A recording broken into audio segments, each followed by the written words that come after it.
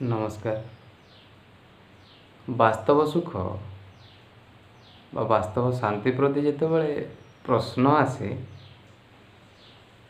ସେତେବେଳେ ବୁଝିବା ପାଇଁ ପଡ଼ିବ ଯେ ଆମେ ଦୈନନ୍ଦିନ ଜୀବନରେ ଯେଉଁ ସୁଖ ବା ଦୁଃଖ ଅନୁଭବ କରୁଛେ, କ'ଣ ଏହି ସୁଖ ଦୁଃଖ ମାଧ୍ୟମ ଦେଇକି ହିଁ ଆମକୁ ସେ ବାସ୍ତବ ସୁଖ ପ୍ରାପ୍ତ ହେବ,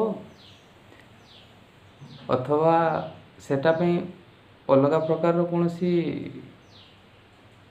କର୍ମପନ୍ଥା ଅବଲମ୍ବନ କରିବା ପାଇଁ ପଡ଼ିବ? ବିଚାରରେ ସ୍ପଷ୍ଟତା ଆସିବା ଦରକାର ଏହା ଯେ ସମସ୍ତେ ଦିନ ରାତି ପରିଶ୍ରମ କରୁଛନ୍ତି ସୁଖ ପାଇବା ପାଇଁ, ଅର୍ଥାତ୍ କଷ୍ଟରୁ ନିବୃତ୍ତ ହେବା ପାଇଁ। ମାତ୍ର କ୍ଷଣିକ କଷ୍ଟରୁ ନିବୃତ୍ତ ମଧ୍ୟ ସେମାନେ ହେଉନାହାନ୍ତି ଏହା ନୁହେଁ, ହେଇପାରୁଛନ୍ତି, କିନ୍ତୁ ସେଟା ମଧ୍ୟ କ୍ଷଣିକ। ସେଟା ସରିଯିବା ପରେ ତାଙ୍କୁ ପୁଣି ଥରେ ଯନ୍ତ୍ରଣାର ଶିକାର ହେବା ପାଇଁ ପଡ଼ୁଛି, ତାଙ୍କୁ ପୁଣି ଥରେ ସେ କଷ୍ଟଟା ଭୋଗ କରିବା ପାଇଁ ପଡ଼ୁଛି, ଯେଉଁଥିପାଇଁ ତାଙ୍କୁ ଏମିତି ବାରମ୍ବାର ପରିସ୍ଥିତିର ସମ୍ମୁଖୀନ ହେବା ପାଇଁ ପଡ଼ୁଛି ଯେ ବର୍ତ୍ତମାନ କିଛି ସମୟ କିଛି ଦିନ ସୁଖରେ କାଟିଦେବା ପରେ ପୁଣି କିଛି ଦିନ ଦୁଃଖରେ କାଟିବା ପାଇଁ ପଡ଼ୁଛି, ପୁଣି କିଛି ସମୟ ଆମୋଦ ପ୍ରମୋଦ, ପୁଣି କିଛି ସମୟ ବିଷାଦ। ଅର୍ଥାତ୍ ସେଇ ଗୋଟେ ଜିନିଷ ବାରମ୍ବାର ଜୀବନରେ ପର୍ଯ୍ୟାୟକ୍ରମେ ଚାଲିଛି।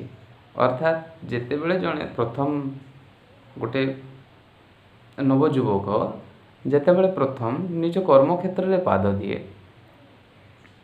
ପାଦ ଦେବା ପରେ ସେ ବୁଝେ, ଅର୍ଥାତ୍ କିଛି ସଫଳତା କିଛି ବିଫଳତା ପରେ, କିଛି ପ୍ରୟାସ ପରେ କୌଣସି କର୍ମକ୍ଷେତ୍ରରେ ଯୋଗ ଦେଲେ ତତ୍କ୍ଷଣାତ୍ ତ ସେଥିରେ ପଦୋନ୍ନତି ବା ସଫଳତା ପାଇବ ବୋଲି ସେମିତି କିଛି ସ୍ଥିରୀକୃତ ହେଇନାହିଁ। କିନ୍ତୁ ପରେ ଯେତେବେଳେ ସେ କୌଣସି କର୍ମକ୍ଷେତ୍ରକୁ ବାଛେ, ଅର୍ଥାତ୍ ଅର୍ଥ ଉପାର୍ଜନ କରିବା ପାଇଁ ବା ଜୀବନରେ କୌଣସି ଖୁସି ଆଣିବା ପାଇଁ, ସେ କିଛି ବିଫଳତା ପ୍ରାପ୍ତ କରେ ପ୍ରଥମେ, ତାପରେ ସଫଳତା ପ୍ରାପ୍ତ କରେ। ତତ୍ପରେ ସେ ସଫଳତା ମଧ୍ୟ ତାକୁ କମ୍ ବୋଲି ଲାଗେ। ତାପରେ ସେ ତାଠୁ ଆହୁରି ଊର୍ଦ୍ଧ୍ୱକୁ ଯିବା ପାଇଁ ଚେଷ୍ଟା କରେ, ଆଉ ଚେଷ୍ଟା କରିବା ମଧ୍ୟ ଉଚିତ। ଏହା ବୁଦ୍ଧିମାନ ମଣିଷର ଲକ୍ଷଣ ଯେ ବସି ରହିବା ଅପେକ୍ଷା କର୍ମ କରିବାର ଆବଶ୍ୟକତା ରହିଛି। ଠିକ୍, ମାତ୍ର ଯଦିଓ ଠିକ୍, ତାହା ସମ୍ପୂର୍ଣ୍ଣ ଠିକ୍ ନୁହେଁ। ଏଥିପାଇଁ କାରଣ କର୍ମ ପ୍ରାୟ ଆମେ ଦେଖୁଛୁ ଆମ ଇତିହାସକାରମାନେ ହଜାର ବହି, ହଜାର ସବୁ ପୁସ୍ତକ ସବୁ ରଚନା କରି ଯାଇଛନ୍ତି, ଯେଉଁମାନେ କି ଖୁବ୍ ସମୃଦ୍ଧିଶାଳୀ ଥିଲେ। ରଜା ମହାରାଜାମାନଙ୍କ ଅମଳରୁ ମଧ୍ୟ ଯେଉଁମାନେ ଖୁବ୍ ପ୍ରତିପତ୍ତିଶାଳୀ, କ୍ଷମତାଶାଳୀ, ଅର୍ଥବାନ ଶାସକ ସବୁ ଥିଲେ, ବାସ୍ତବରେ ସେମାନଙ୍କ ଜୀବନରେ କ'ଣ ଖୁସି ଥିଲା?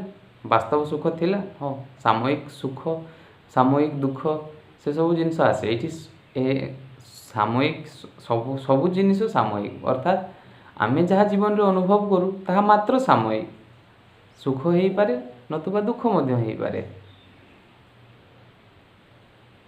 ତାହେଲେ ଚିରଶାନ୍ତି ଲଭିବାର କୌଣସି ଉପାୟ ନାହିଁ।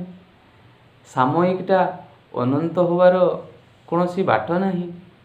ଆମେ ଯେଉଁ ଜୀବନଶୈଳୀରେ ବଞ୍ଚୁଛେ, ସେ ଦରିଦ୍ର ଭିକ୍ଷୁ ଯେକୌଣସି ବ୍ୟକ୍ତି ହେଇଥାଉ ନା କାହିଁକି, କିମ୍ବା କୋଟିପତି ସ୍ତରର ଯେକୌଣସି ହେଇଥାଉ ନା କାହିଁକି, ତା ମନରେ ପୂର୍ଣ୍ଣ ତୃପ୍ତି ଆସିପାରୁନାହିଁ। ନ ଆସିପାରିବାର କାରଣ ଆଉ ଏକମାତ୍ର କାରଣ, ସିଏ ମନେ କରିଛି ଯେ ଯେଉଁ ଜିନିଷ ଗୁଡ଼ା ମୋ ପାଖରେ ଏବେ ନାହିଁ, ହୁଏତ ଆସିବା ପରେ ସେ ଜିନିଷଟାର ସୁଖ ବା ଶାନ୍ତିର ଝଲକ ମୋତେ ମିଳିବାକୁ ଲାଗିବ, ବା ସେ ଅନନ୍ତ ଅବିନାଶୀ ସୁଖ ମୁଁ ପ୍ରାପ୍ତ କରିପାରିବି। ମାତ୍ର ଏ ଧାରଣା ମଧ୍ୟ କିଛି ଦିନ ପରେ, କିଛି ଅର୍ଥ ସଞ୍ଚୟ ପରେ, କିଛି ଭୋଗ ପରେ ସେ ବୁଝିବାକୁ ଲାଗେ ଯେ ନା, ଏଥିରେ ମଧ୍ୟ ହେଲା ନାହିଁ। ଅର୍ଥାତ୍ ମୁଁ ଯେଉଁ ଅବସ୍ଥାରେ प्रथम अवस्था जेमती थी अर्थहीन अवस्था थी मो अवस्था टी कौन प्रकार शोचनीय अवस्था थिला आज से परिस्थिति बदली जाइए यह सत्य आ बदल दरकार तेबे जाई से जिनिसर प्रकृत सत्यता आम आगे उपस्थित हम आम जिते पर्यंत अर्थवान न हवा आमको अर्थर केतिकी परिमाणर आवश्यकता ताहा बोधगम्य होब नाही। अर्थर मूल आवश्यकता कौन अर्थ ही आवश्यकता ना अर्थटा माध्यम यह बुझा पड़ो। तो ता अर्थ नुहे जे आमको बिजुली केमिति जानिबापाई हेले बिजुली को हाथ में नहीं कि बा इलेक्ट्रिसिटी को हाथ में धरिकी हाथ में परीक्षा करने आवश्यक जीवन मध्य जाइपारे। तेणु आमे सेठू इतिहासकार मानकर उदाहरण नवा जो माने वास्तव में धन अर्जन करि जाइछन्ति सेमानको जीवन रे सुखर केते लवलेश अछि कि नाही से जिनिस प्रति संवेदनशील होगा सचेतन होगा। जदि अन्य काहारी जीवन देखिकी आमे उदाहरण स्वरूप रे शिखुचे तेबे ताकू कह जाए प्रज्ञावान और जदि निज व्यक्तिगत जीवन रो उदाहरण रू शिखिबा ताले तथापि आमे बुद्धिमान किंतु केतेक अर्थात गीतारे भगवान कृष्ण कहले जेमति मूढ़ पुरुष मानकर स्थिति यह जे ना से माने आउ कहा जीवन रू शिक्षा करती ना निजर व्यक्तिगत जीवन रू शिक्षा करती से मानकु सबुठारु निम्न स्तर मनीष कह जाइछि ना से माने शिखिबा पाई मध्य इच्छा करती अर्थात तामसिक वृत्ति गुड़ारे से माने एते वशीभूत जे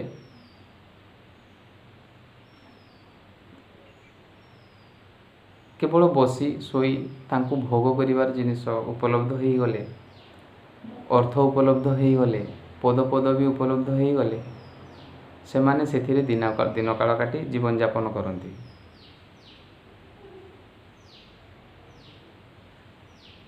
तांको जीवन रे सेमती कोनोसी दुखर चिन्ह देखा आमको मिले ना अर्थात से माने एते विषादग्रस्त नुहंती जे तांकु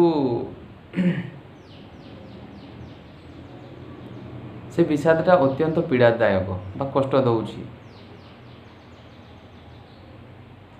तेबे कौन सेमिति जीवन धारण करिवार आवश्यकता रही सेटा कौन तेबे वास्तव सुख ना वास्तव शांति आदौ नुहे केबे हेई न पारे कहीं ना से समयटा तांकर असीम नुहे किछि क्षण तापरे जेतेबेले समय अतिबाहित हबो समय अतिबाहित संगे संगे तांकु मध्य निजर सत्यता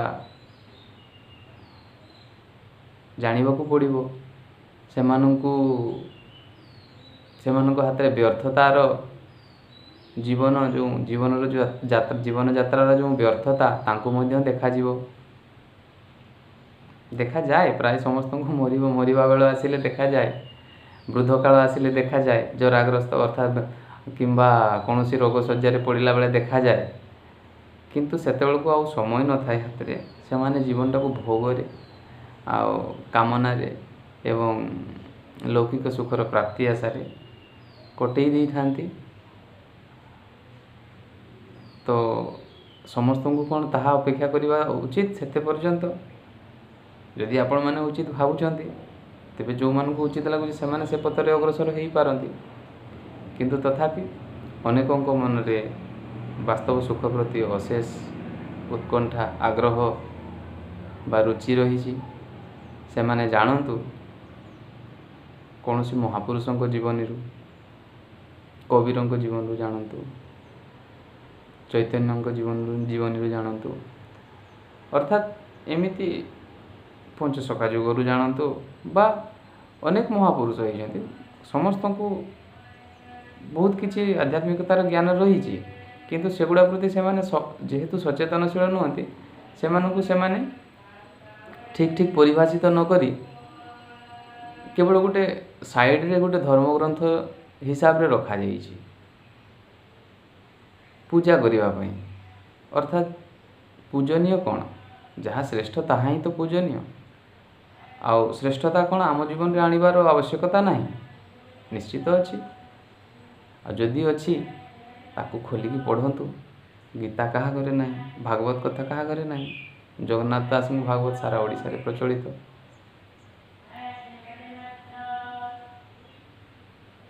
ଠିକ୍ ଆମେ ଯଦି କୌଣସି ପତ୍ର ପତ୍ରିକାକୁ ଏତେ ଗୁରୁତ୍ୱ ଦେଉ ବା ପ୍ରତ୍ୟେକ ଦିନ ଦୈନିକ ଖବରକାଗଜର ଆମକୁ ହେଡ଼ଲାଇନ୍ ଖୁବ୍ ବିସ୍ତୃତ ଭାବରେ ଜଣା, କିନ୍ତୁ ଆମର ନିଜର ବାସ୍ତବିକତା ଆମକୁ କିଛି ମଧ୍ୟ ଜଣା ନାହିଁ। ତେଣୁ କ'ଣ ନିଜର ବାସ୍ତବିକତା ଦିଗ ପ୍ରତି ଅନଭିଜ୍ଞ ରହିଯିବାର ଆବଶ୍ୟକତା ରହିଛି, ନା ତାକୁ ଜାଣିକି ନିଜ ଜୀବନରେ ପ୍ରୟୋଗ କରି ଏଇ କାମନା ଭରା ଜୀବନରେ ରାମଙ୍କର ପ୍ରତିରୂପ ଆଣିବାକୁ ଆମକୁ ପ୍ରୟାସ କରିବାକୁ ଅଛି। ନିର୍ଣ୍ଣୟ ଆପଣମାନଙ୍କ ହାତରେ। ନମସ୍କାର।